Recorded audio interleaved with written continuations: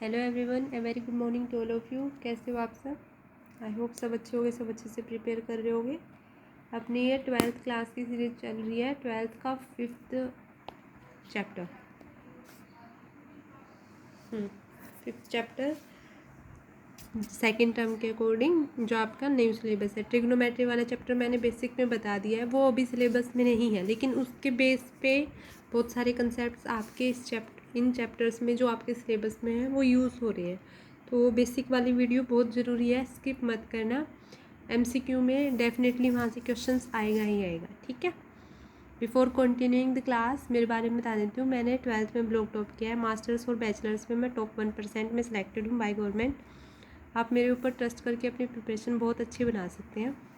Surety मैं ले रही हूँ 100% मार्क्स अच्छे आएंगे ही आएंगे अगर आपने अच्छे से रिवीजन किया और साथ में बने रहे, पढ़ते रहे और अपने डाउट्स क्लियर करते रहे कि हाँ दिस चैप्टर इम्पोर्टेंट और इसमें से मुझे कुछ स्किप नहीं करना, और कोई बात की कुछ समझ नहीं आ रहा, कोई तरीका अच्छा नहीं लग रहा, या फिर कोई बातें जो एक तरीके से आपको नहीं समझ में आ रही, तो प्लीज़ कमेंट बॉक्स में बता दिया करें कि मैं प्लीज़ इस बात को थोड़ा अलग मॉडिफाई वे में बताई, ताकि आपको देखो आपको करवाने के लिए ही तो हूँ। अगर आपको समझ ही नहीं आ रहा तो मैं तरीका बदल सकती हूँ, तो आपको समझ में आ जाएगा, ठीक है। अभी ये फर्स्ट चैप्टर की वीडियो मैंने डाल दी थी, लेकिन साइट पे पता नहीं क्यों बार बार अनअपलोडिंग का दिखा रहा है। कोई नहीं, वो डल जाएगी, कल तक तो डली जाएगी। तो ये अपनी सेकंड क्लास है, किस पे? 3 डायमेंशन ज्योमेट्री पे। पहले वो वाली देखना, फिर ये वाली देखना, ताकि लिंक बना रहे। तो उसमें क्या 3 डायमेंशनल होता है, क्या अपने लाइन की इक्वेशन है, स्ट्रेट लाइन में क्या होगा, कोसाइन, डायरेक्शन, रेशियो, जो पीछे वेक्टर्स में पढ़े हैं बस उनका थोड़ा सा डिटेल वर्जन है in the sense of 3 dimensional form, ठीक है। सेक्शन फॉर्मूला क्या होगा, डिस्टेंस कैसे निकलेगा, सब कुछ है। Mid point, with mid values, तो सारा मैंने लास्ट वाली क्लास में बता दिया था। अभी कंटिन्यू करते हैं। Projection of a point on a line. The projection of a point P on a line AB is foot N of the perpendicular PN on the line AB, और the point where the line AB meets the plane through P and perpendicular to AB। मतलब projection क्या होती है? कोई line के ऊपर अगर perpendicular है, और परपेंडिकुलर है दैट मीन्स कि वो एक प्रोजेक्शन है। कैसी प्रोजेक्शन है? P पॉइंट से है, N के ऊपर है, AB लाइन के ऊपर। N पॉइंट है जहाँ पे वो प्रोजेक्शन है, AB लाइन के ऊपर परपेंडिकुलर है वो पॉइंट, ठीक है। तो यही बात है कि the plane through P and perpendicular to AB, जो N है वो परपेंडिकुलर है।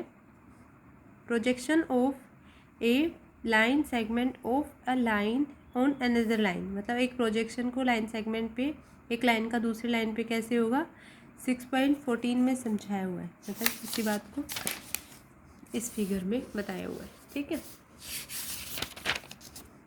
The projection of a line segment AB on another line CD is the segment A dash B dash of CD, where A dash and B dash are the projections of the point AB on the line CD। आगे देखते हैं क्या बता रहे हैं, उसी में सीखेंगे ताकि आपको अच्छे से समझ में आए। प्रोजेक्शन देखो यहाँ पे है, वैसे ही दो लाइंस के बीच में एक लाइन का दूसरे के ऊपर परपेंडिकुलर है, बस ऐसा ही बताना है कुछ। Length of projection. The projection of a given line segment AB on the रे on the other line CD is AB cosine of theta, where theta is the angle between AB and CD, ठीक है। अब इसी बात को prove करेंगे और पीछे वाला प्रोजेक्शन का अपना कंसेप्ट भी क्लियर हो जाएगा। तो ये चीज़ थोड़ी सी इम्पोर्टेंट है इन द सेंस कि अगर दो लाइंस के बीच में परपेंडिकुलर हो तो कैसे निकलेगा कि कोई एक प्लेन है, that the planes through A and B and perpendicular to CD, है ना। परपेंडिकुलर है A और B पॉइंट CD के ऊपर। It in A dash B dash show that A dash B dash is the projection of AB। A dash B dash है वो A और B का प्रोजेक्शन है।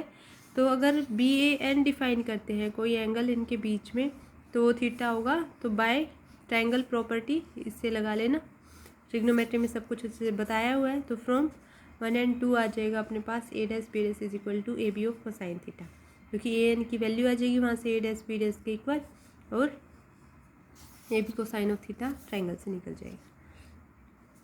प्रोजेक्शन ऑफ द लाइन, देखो ये वाली चीज़ इतनी इंपॉर्टेंट नहीं है, बस रिजल्ट याद कर लो, ताकि सीधा डायरेक्ट क्वेश्चन ये नहीं प्रूव करना नहीं आता, ना ही हायर एग्जाम्स में ये प्रूव करना आता है। बस आपको कंसेप्ट क्लियर होना चाहिए कि दिस इज़ दैट डेफिनेशन, और ये रिजल्ट लगेगा। अगर किसी को अच्छे से समझना है तो बुक में सब कुछ है, जो ज़्यादा चीज़ें काम की नहीं है वो उनको ज़्यादा एक्सप्लेन नहीं किया जाएगा, ठीक है। To prove that the projections of the line joining the points P, x1, y1, z1 and Q, x2, y2, z2 on a line having direction cosine LMN is L x2 minus of x1 plus M of y2 minus of y1 plus of n of z2 minus z1। क्या बोलते हैं इसे? x2 minus of x1 निकालते हैं तो y2 minus of y1 निकालते हैं तो क्या होता है ये? कमेंट बॉक्स में आपको बताना है, आपका काम है ये। तो अगर डायरेक्शन कोसाइन दे रखे हैं तो उनकी प्रोडक्ट कर देंगे तो अपने पास क्या आ जाएगा? तो ये आपको प्रूव करना है। तो प्रोजेक्शन ऑफ पी क्यू आ जाएगी अगर कोई अपने पास क्या है, बी एन,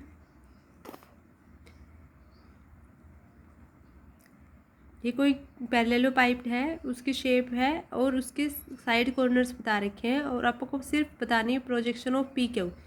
तो ये इस पॉइंट से लेके इस पॉइंट की प्रोजेक्शन क्या होगी तो वो इसके इक्वल आ जाएगी। सिर्फ इतना याद रख लो, इतना इम्पोर्टेंट नहीं है और इसका क्वेश्चन बना लेना। एक ही दे रखा एग्जाम्पल, इम्पोर्टेंट है इस सेंस में कि वो एक ही है, बट कुछ नहीं है। LMN की वैल्यू दे रखी है और x2 minus of x1, x2 y2 minus of y1 और z2 minus of z1, that is the projection of PQ। Straight line in space, space में एक straight line is uniquely fixed in space if passes through a fixed point and has a fixed direction. मतलब अगर एक point से पास कर रही है, वो फिक्स्ड पॉइंट है और फिक्स्ड डायरेक्शन है, तो उसको यूनिकली फिक्स्ड स्पेस में बोलेंगे। ये पासिस थ्रू 2 पॉइंट, जो भी पॉइंट होंगे वो फिक्स होंगे, ठीक है। तो एक अगला रिजल्ट है जो कि MCQ के लिए इंपॉर्टेंट है। क्या बोल रहा है? Equation of a straight line passing through a given point and parallel to a given vector.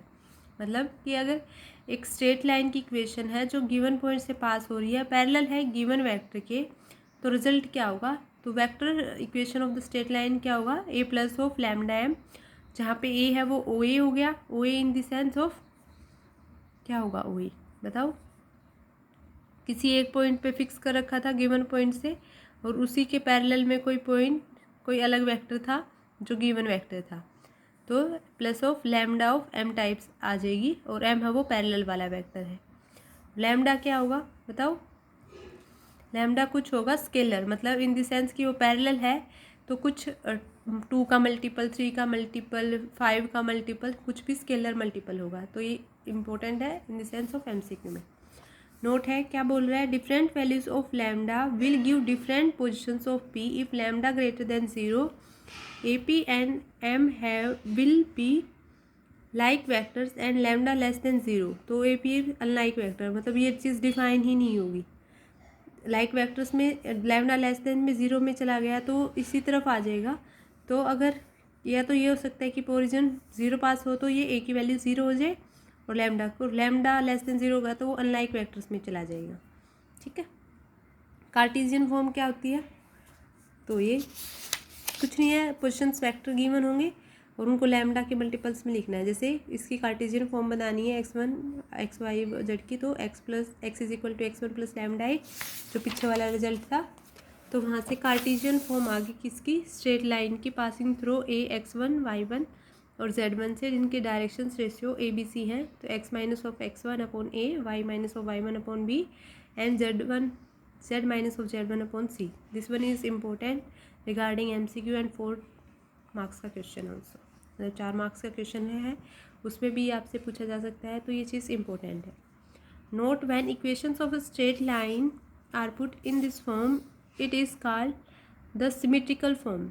The coordinate of any point on line for r ऐसे ऐसे होंगे। पीछे सिखाया था ये बात कि कोई पोजिशन वेक्टर है वो गिवन है तो a plus of lambda m types था, तो यहाँ पे a के पोजिशन वेक्टर थे और m कोई एक की रिप्रेजेंट करता है।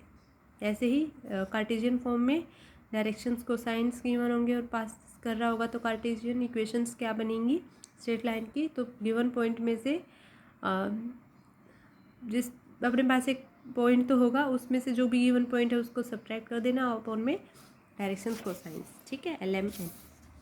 एक अगला रिजल्ट है कि अगर वेक्टर इक्वेशन है straight line passing through 2 fixed point, वहाँ पे सिर्फ एक आर्बिट्रेरी फिक्स्ड पॉइंट था, then the result is a plus of lambda m, parallel में था। अब यहाँ पे अगर 2 फिक्स्ड पॉइंट होंगे, जैसे a और b का है, तो वो क्या आएंगे, b minus of a over हो जाएगा, बी माइनस ऑफ ए, बस इतना सा काम है। और उसकी कार्टेशियन फॉर्म क्या होगी, उसमें ए बी सी इंडिविजुअल आए थे तो एक्स माइनस ऑफ, देखो यहाँ पे कार्टेशियन फॉर्म इक्वेशन पासिस से सिर्फ एक पॉइंट से पास हो रही थी, दिस वन, जहाँ पे डायरेक्शन रेशियो ए बी से थे। यहाँ पे कार्टेशियन इक्वेशन क्या है, स्ट्रेट लाइन के पास हो रहे हैं 2 पॉइंट से, तो x minus of x one upon में x two minus of x one, y minus y one upon में y two minus y one, z upon में z minus z one upon में z two minus of z one. बहुत important result है, 4 marks में definitely आएगा, तो इस वाली चीज़ को अच्छे से कर लेना। आप ये बुक से पढ़ना, एक बार हल्का सा देखोगे तो भी याद हो जाएगा। सिर्फ ये याद रखना है माइंड में कि 2 पॉइंट है, एक गिवन होगा, उसमें से फर्स्ट वाला सब्ट्रैक्ट कर दोगे, और अपॉन में डायरेक्शंस रेशियो होंगे अगर एक बात हो तो, मतलब एक पॉइंट से पास हो रहे हो तो। लेकिन अगर 2 में होंगे तो ऊपर वाला तो सेम, नीचे वाले में x two minus of x one करना, ठीक है। अभी अगला टॉपिक करते हैं, मैं निकाल लेती हूँ एक सेकेंड। क्या है, एंगल बिटवीन टू लाइन्स। ये वाला रिजल्ट अच्छे से पहले भी कर चुके हैं आप, कि अगर 2 वेक्टर्स हैं, वेक्टर की इक्वेशन है r is equal to a one plus of lambda b one type and r is equal to a two plus of mu b two types, तो उनके बीच का जो एंगल है वो cosine of theta b one dot of b two upon में b one का magnitude and b two का मैग्नीट्यूड। बस रिजल्ट याद कर लो, कुछ ज़्यादा इतना इम्पोर्टेंट नहीं है, ये देख लेना आप एक बार। ये वाला काम पीछे मैंने अच्छे से बताया हुआ है, LMN की इनकी वैल्यूज़ 1 1 हो जाएंगी। एक जो अच्छा रिजल्ट है और इम्पोर्टेंट है MCQ के पॉइंट से भी और शॉर्ट आंसर में, length of perpendicular from a point to line. क्या बोल रहा है कि अगर कोई position vector R is equal to कैसे है, a plus of lambda b की टाइप्स में, जो उसके एक पॉइंट से पास हो रही है और दूसरा उसके पैरेलल में है, तो अगर पी क्यू का परपेंडिकुलर डिस्टेंस निकालनी है तो p minus of a cross of b upon में बी का मैग्नीट्यूड, ये रिजल्ट है। कैसे करेंगे प्रूव, सब कुछ गिवन है, फिगर बना रखा है, साइन ऑफ थीटा की वैल्यू लगाना और पी क्यू की वैल्यू यहाँ से निकालना, और ए पी की वैल्यू क्या हो जाएगी, ए पी की value in the term of किस में बतानी है, पी और बी में बतानी है, तो पी माइनस ऑफ बी ए हो जाएगी, और ए क्यू की वैल्यू भी है तो पुट कर देना और आंसर आ जाएगा। इजी सा था, कुछ नहीं है, बट सिर्फ याद करने के पर्पज से है कि length of perpendicular from a point line से, तो ये ऐसा रिजल्ट आएगा, ठीक है।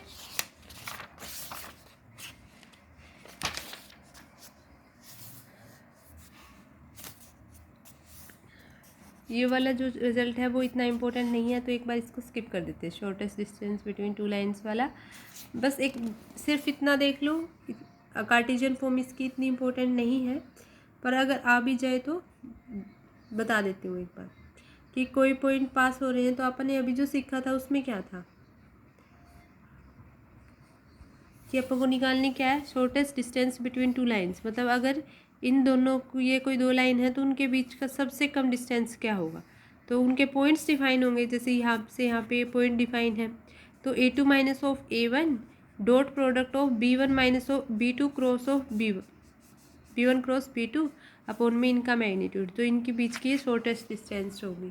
तो द डिस्टेंस है तो उनके बीच की क्या आएगी, a two minus of a one dot b one cross b two upon में b one cross b two का magnitude.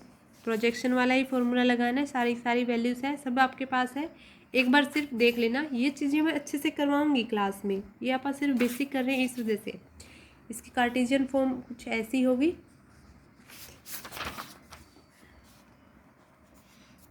Shortest distance between two parallel lines. अभी पीछे कुछ ऐसा ही रिजल्ट किया था, बट उन्होंने उसमें पैरेलल लाइंस नहीं था, तो अगर पैरेलल लाइंस का होगा तो a two minus of a one cross of b upon में बी का मैग्नीट्यूड है ना। पीछे वाले रिजल्ट में कुछ b one dot of b one cross of b two था अपॉन में उसी का मैग्नीट्यूड है ना। तो ये वाले रिजल्ट इतना इम्पोर्टेंट नहीं है, तो इसको इतना इम्पोर्टेंस नहीं दे रहे। अगला रिजल्ट क्या है, conditions of coplanarity of two lines, कि अगर पैरेलल होंगी तो b one cross b two zero हो जाएगा, पता ही है आपको को। इंटरसेक्ट करती है तो ये वाला रिजल्ट आता है, अगर ये ज़ीरो हो जाएगा तो ये वाली चीज़ ज़ीरो होनी चाहिए। ये वाली चीज़ ज़ीरो कब होगी, जब a two minus of a one तीनों की प्रोडक्ट ज़ीरो हो जाए, मतलब कार्टेशियन उसमें अगर डिटरमिनेंट फॉर्म में स्प्लिट करें तो वो ज़ीरो बन जाए। तो ये उनकी कार्टेशियन फॉर्म पीछे पड़ी थी अभी रिजल्ट में, x two minus of x one y2 minus y1, z2 minus of z1, L1 m1 n1, L2 m2 m2 equal to 0 हो जाएगा। ठीक है। एक है general equations of the plane. क्या बोल रहा है? To prove that every first degree equation in x y z always represent a plane that is a x plus b y plus c z plus d is equal to 0 is in general equation of the plane.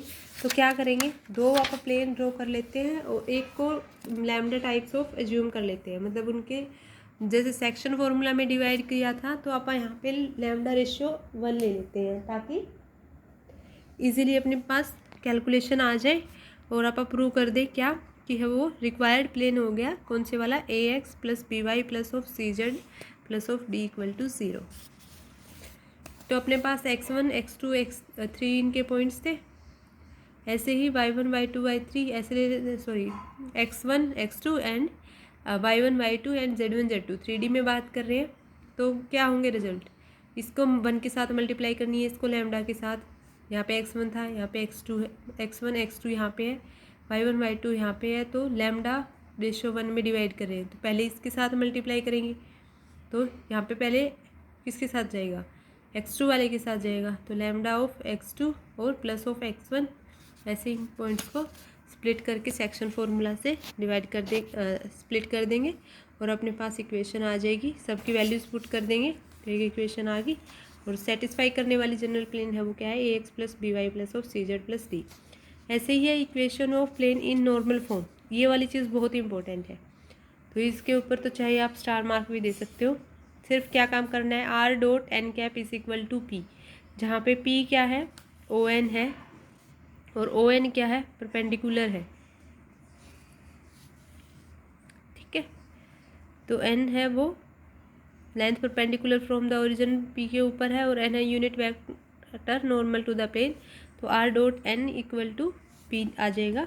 तो इसकी Cartesian form क्या है, इसकी Cartesian form है l x plus of m y plus n z is equal to p. तो ये result important है, इससे अगले वाला इतना इंपॉर्टेंट नहीं है बट इसी के बिहाफ पे है, कुछ नहीं है उसमें भी। सबसे इम्पोर्टेंट जो आज का कंसेप्ट है और इस पे डेफिनेटली हर बार क्वेश्चन आता ही आता है, तो इसको स्किप बिल्कुल भी मत करना। क्या है, equation of a plane in intercept form, let O be the origin है और A B C, suppose the plane meets the coordinate axis at a point A B C, O A is equal to a, O B is equal to b and O C is equal to c. तो आप इनको क्या कर सकते हैं, आपको एक equation of plane पता है क्या होता है, अज्यूम कर लेते हैं कि a x plus b y plus c z plus d type का होगा और अपने पास कोऑर्डिनेट है वो ए 0 0 0 बी 0 एंड 0 0 सी है। तो अगर आप करते हैं एक प्लेन से पास करवाते हैं किनको और उनमें पॉइंट पुट कर देते हैं, मतलब एक्स वाले पॉइंट पुट कर दिए तो यहाँ पे ये वाली चीज़ 0 हो जाएगी, डी तक आ जाएगा, तो ए की वैल्यू निकाल लेंगे, ऐसे बी की निकाल लेंगे, ऐसे सी की निकाल लेंगे। अब ए बी सी की जो वैल्यू निकालनी है वो इसी प्लेन में पुट कर देंगे तो अपने पास एक इक्वेशन आ जाएगी प्लेन की जो इंटरसेप्ट फॉर्म में होगी। तो ये रिजल्ट बहुत इंपॉर्टेंट है और 4 मार्क्स का डेफिनेटली क्वेश्चन यहाँ से आता ही आता है। तो इसके 16 एग्जाम्पल्स आप देख लेना। Thank you so much for listening me and watching the video. मिलते हैं नेक्स्ट क्लास में। प्लीज़ लाइक शेयर सब्सक्राइब कर दिया करो, बेल आइकन प्रेस कर लो और कोई भी डाउट हो तो कमेंट बॉक्स में ज़रूर बताया करो। इंपॉर्टेंट आपको साथ साथ पता चल रहे हैं, इससे अच्छी कोई बात नहीं हो सकती अकॉर्डिंग टू मी। अगर फिर भी कोई कमी लग रही है तो सजेस्ट भी कर सकते हो कि इस चीज़ को इम्प्रूव करें। आई विल डेफिनेटली ट्राई कि वो कमी आपको आगे ना लगे। मिलते हैं नेक्स्ट क्लास में। Okay bye.